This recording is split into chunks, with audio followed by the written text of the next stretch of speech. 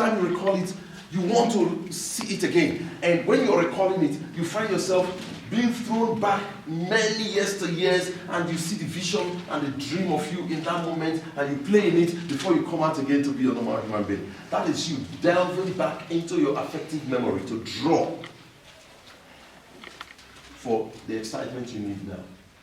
I told you, as a Stanislavski studied, observed the human being, the human behavior, and from his observation, he brought out these things. He didn't go to any university to get anything like that. Okay? He saw how human beings behave, how they react, what makes them happy, what they remember, how they forget. He started analyzing it. And now said we can borrow these natural human characteristics and behavioral mannerisms and use it to solve the problem of trying to behave like a doctor before the camera, and trying to behave like a carpenter before the camera, trying to behave like a flat before the camera, trying to behave like a murderer before the camera, trying to behave like a thief before the camera, and even trying to behave like a dead corpse before the camera. He's supposed to be dead though, his eyes going like that, his hand is shaking. They are burying him, he's in casket. Why? Because he hasn't got the discipline to wait for the director to finish taking shots. He wants to check whether they are still shooting.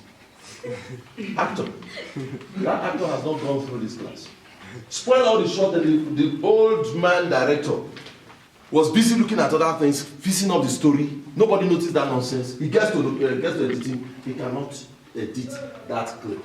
The best he can manage to patch, by the time the film hits the market, when you buy it, you see a dead man like this in a corpse, in a coffin. As the Reverend Father is praying, you see,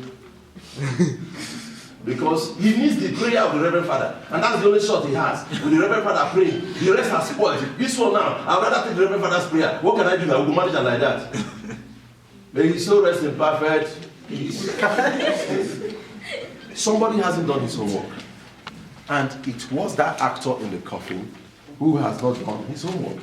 And sometimes don't blame him for not doing his homework. He has not been trained. And I can submit here, putting my hand up, that we are responsible for the lack of expertise and experience that Nollywood has got. But you wouldn't want to blame us much, because when we started building this industry, we didn't have the support that we are having today.